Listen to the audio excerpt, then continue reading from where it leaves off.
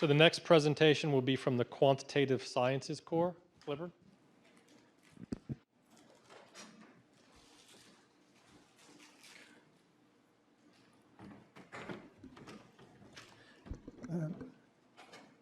Thanks, Herman. So, in case you don't know, we're a small core. It's just me, Rishi, who's sitting over there. Kelly actually organizes everything and makes the core work. And we've had a recent switch in staff statistician. So Alicia was with us until July, but she's since joined Duke Cancer Institute. And so we have Pearl replacing her. And we have Scott White, our programmer, who's sitting behind and will actually be giving a little update after this. I'm mostly going to talk about updates because I think most of you know what our core does already. We're going to talk about changes in the core proposed in the renewal. We're going to talk about our research education program on quantum methods for HIV/AIDS research, which is very exciting. And the new thing, a Center for Human Immunology and Computational Biology, which is not really part of CFAR, but it does intersect with CFAR in many areas. So I think you'll be interested to know about it. The Quantitative Sciences core is the new name. We used to be called computational. We are called biostatistics and computational biology. But moving forward, we're expanding the core. So we didn't want to be called computational biology and biostatistics and epidemiology and population health sciences and genomics and microbiome core because it's quite a mouthful. So now we're just going to be Quantitative Sciences core. And we're very excited because we're going to expand the core expertise and services. So I'll continue to look after the computational and mathematical immunology program within the core. Rishi will continue to look after clinical and pragmatic trial statistics. But we're going to get Larry Park to work with us on epidemiology and population and global health, which is really fantastic and a big need. And we're going to have Josh Granek joining us to help us with genomics and microbiome analysis. So I think the core will be much better rounded and order a much broader range of relevant services to CFAR members. We're also getting additional staff support, and one thing we are really happy to commit to is that we intend to provide full data analysis support for all CFAR development grant awardees once the renewal is successful, and I'm sure it'll be successful. So we have a research education program that was, most of you actually know, every year we run a sort of like data analysis workshop for 2 days, and some of you have taken part in that before. And based on that experience, you wrote a grant to say we want to expand this program, and NIAID gave us money to expand the program. So it started last year, and it will run for 5 years. It consists of two main things. One is summer internships, and the other are basically workshop series, which are much expanded from our 2-day workshops. In particular, be separate workshops on data science, on statistics, as well as on how to analyze complex immunological assays. So the summer internships, every year we will fund up to a dozen students from quantitative sciences, so math, stats, CS, engineering, to work on HIV projects. Some of you have already experienced working with these people. You probably saw half a dozen posters by these people upstairs just now. And the funds include lab course and conference travel. If you get your poster or talk accepted at international conference, we'll even fund an international conference for the intern. And the RFP is open now till 30th September, and so this is a shameless plug. The last page of your program is a request for proposals. Please submit proposals. We have a dozen students to fund. And the interns will be co-mentored by a lab PI or someone you designate if you're far too busy, as well as someone from biostatistics or mathematics or statistics. And the main objectives are to attract quantitative scientists to HIV/AIDS research, as well as to increase multidisciplinary collaborations. These are some of these. So in year one, we funded 10 projects, and you can see them there. The ones in blue are the ones I had some hand in supervising, and the ones in gray, I was sort of a secondary mentor, and the ones in black, I have no idea what happened. Internship highlights. So last year, there were 24 proposals submitted. Duke submitted 20, and UNC submitted 4. 10 were selected, 8 from Duke and 2 from UNC, and they're mainly selected by matching project and applicants. So it's very important in your RFP to write it so that the graduate student knows that's something they can apply for, because if no one applies for your proposal, it won't be funded. The final interns came from Duke, NCSU, NCCU, and St. Augustine's. We're really happy that we had 6 female interns in quantitative sciences. That's fantastic. We had 3 underrepresented minorities. And of the 10, 4 were, we had 4 PhDs, well, a couple more masters and 1 undergraduate student. And I think we had great success stories. Quite a few are continuing their projects for thesis or other study credits, even beyond summer. Shayna, who Georgia mentioned, was actually employed by Dr. Priyamvada after the internship because she was so impressed with her. Our only undergraduate student got a full ride master's at NCA&T to do a master's in engineering. And so, well, I hope you saw their posters earlier. We are currently running a bunch of workshops. So the workshops each consist of 6 Friday full-day sessions. It's intentionally spaced out to run for 6 weeks so that the learning will stick. We find that in the 2-day workshops, it's a bit too much for people to absorb, and there's a quick decay in your knowledge. So we wanted to reinforce it every week for 6 weeks in the hope that it'll stay with you. It's ideal if you can attend the workshops in series. The data science workshops are currently in progress, and the statistical thinking workshops will start in October, and we'll post registration notices soon. So do take part. And beginning of next year, we'll start doing assay analysis workshops on looking at the microbiome, how to analyze flow cytometry data, and how to analyze single-cell RNA-seq data, for example. There's going to be a special half-day workshop, which I need to arrange with Herman soon, on statistical grantsmanship. Basically, this is when there are such workshops on grantsmanship at Duke, but this one is quite special. This is what the statisticians and bioinformaticians bitch about when they see your proposal. So, for example, in the data science workshop, last Friday, we did a walkthrough on how to analyze CDC HIV data sets using R and RStudio. This is a new center, Human Immunology and Computational Biology. It's a very small C center. And it was proposed and started by Georgios Tomaras and me, blending together 2 programs, one for human immunology and one for quantitative immunology. It's supported by the Translating Duke Health Immunology and the Department of Surgery, which we're very grateful for.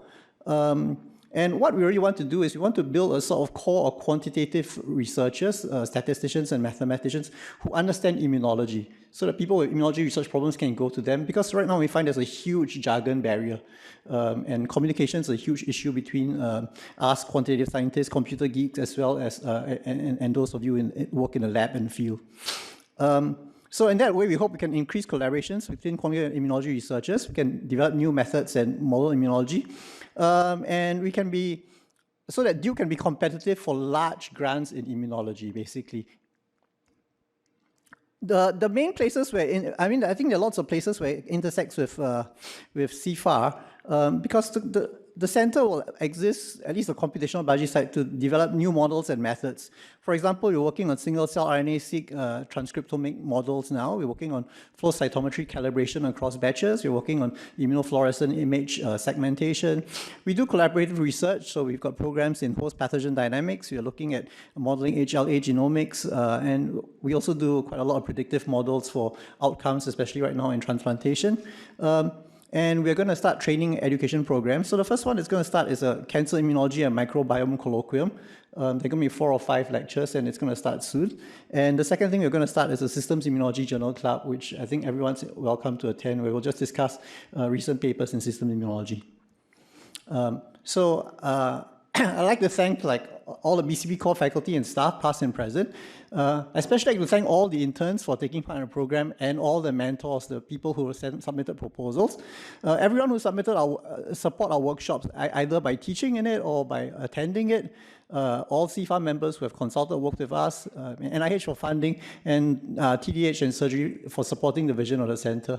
And now I'd like to hand over to Scott White, who's our programmer, to highlight an aspect of the core that's not so well known as a statistical aspect, which is the programmatic assistance we can provide to people. And he's going to talk together with John Yee, who's a survivor of one of our data analysis boot camps.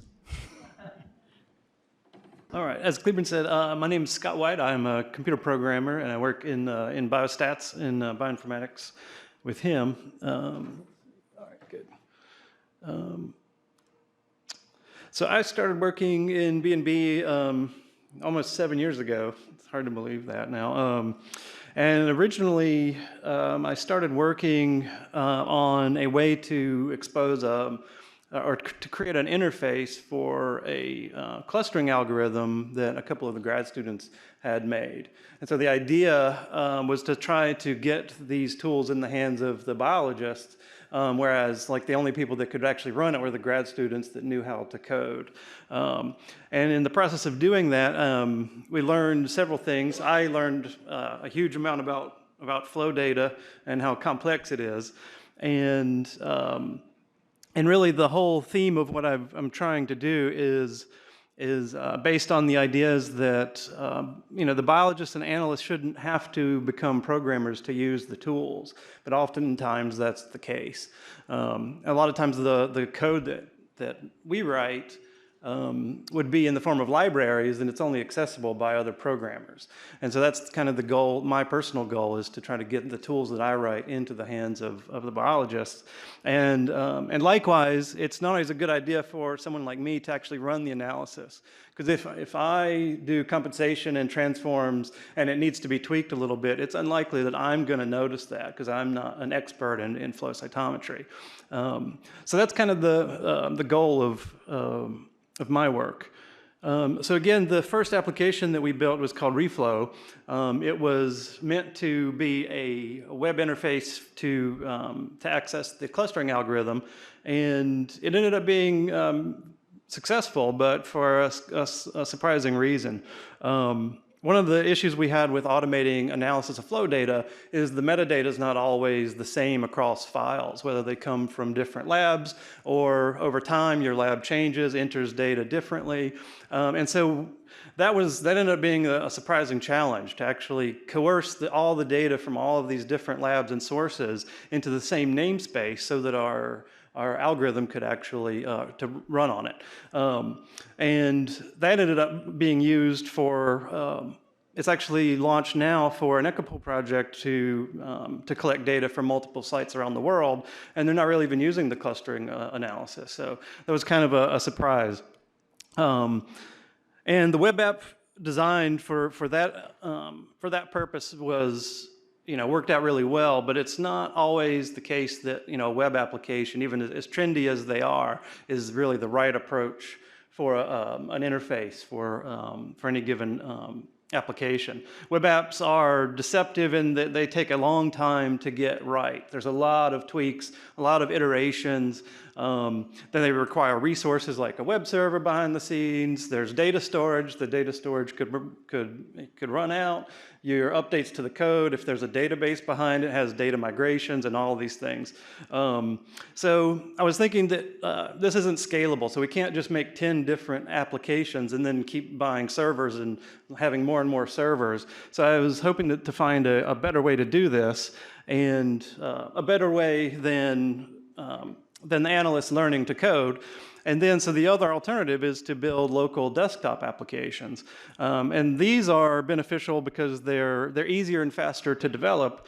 There's no servers to maintain. But writing native applications, let's say for Mac OS, you end up getting stuck in a particular programming language. In that case, it'd be Objective-C or Swift. And in data science, a lot of our libraries are not in those languages. So we typically use Python and R in data science, but they have their own non-native graphical user interfaces, but they require a little bit of setup in order for the user to be able to use them. And that's what I've been working on with John's lab, and that is to use one request that he had that was relatively simple for this heat map application, to use it as a proof of concept. So to develop this desktop application, see if we could teach the analyst to actually use a few command line commands to actually run this, and then they don't have to give me the data and I run it and then give it back to them, because that can also become a bottleneck in that process. So that's what we did for this multiplex heat map, which John will talk about a little bit more, and I can demo this real quick if my terminal is still up. So it's a pretty simple application. The issue he was having is that he was getting this multiplex data, and it was coming out in different batches and different files. And then I'm not sure what application you were using to try to do the heat maps. Was it? Yeah, but the issue he was having is that it was scaling each file independently, and he wanted to actually aggregate all of the data together, normalize it, and then plot it as an entire heat map. And so that's, it was a pretty simple and task to do. And I was like, hey, I can just write a GUI as fast as I can actually write this script. And so I do that, and then he's able to launch this application, load a CSV file, and let's see, what do we do? Yeah, hold on, let me grab. Yeah. Yeah, I actually, here, I can do this. So this is what this looks like. So you basically just, select a CSV file, open it, and then you can generate these heat maps, and then it enables us to do some custom work to sort we can sort these by the mean, or we can do all kinds of other things. So again, this is a pretty simple application. What's that? Scroll to the bottom. Okay. Yeah. So there's the analytes. So this is just a proof of concept for some other applications that we're going to use the same technique for in the next year or so. So with that, I'll hand it over to John, and he can talk a little bit about the data. No, what happened?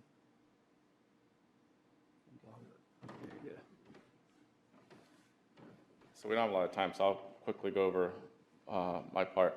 So I've been asked to talk about our collaboration and to provide some examples of how our collaboration has streamlined some of the analysis in my lab.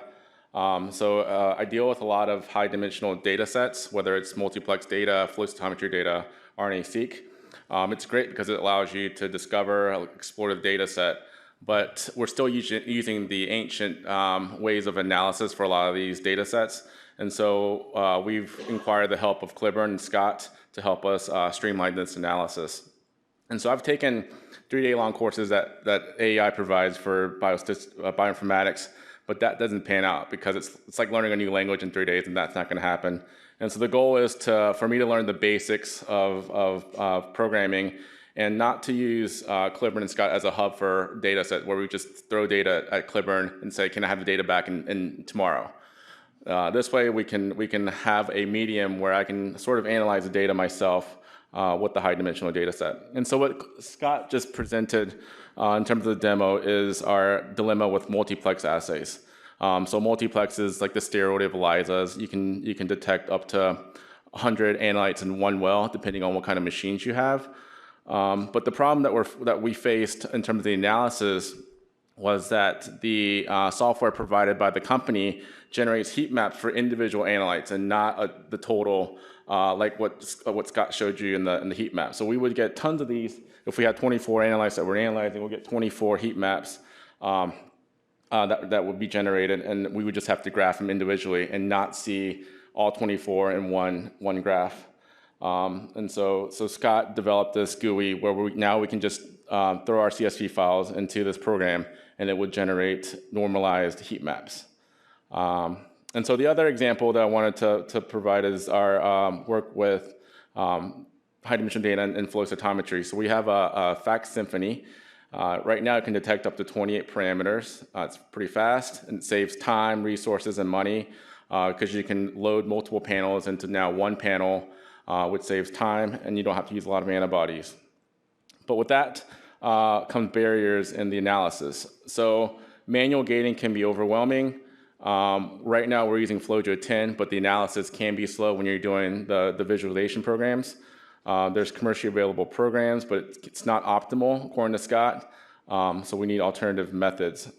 And so what do we do with all this data? And so we can do manual gating for all the populations. And what I'm showing is probably 5% of a data set from a 28-color stain from a non-human primate panel that we developed for Dr. Kirk and Dr. Konecki. The other way to analyze this data is to use visualization tools such as TISNI, where we can identify where each of the subsets lie within a reduction analysis. And so by color coding, I can show you where the CD4s are, CD8s, B cells, and your NK cells. And so breaking this apart, we can see where the other 27 markers lie within this t-SNE plot. And so based on this heat map, we can show you exactly where those markers lie for individual samples. Another cool thing is we can concatenate the samples, meaning combine all the samples together and look at it together like you see here. And then we can split them apart. And right now for this example is combining lymph nodes, spleen, and blood data from monkeys. And using t-SNE, we can separate the three tissues apart. And you can see that the profile of the lymph nodes and the spleen are pretty similar, and the blood is distinct.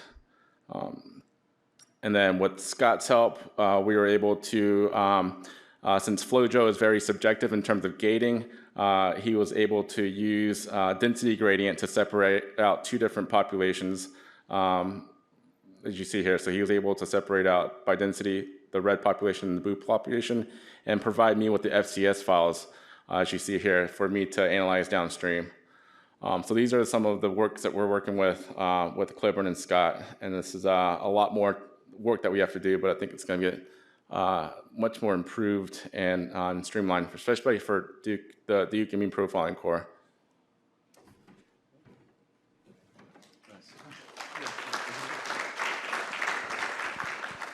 Have time for one question.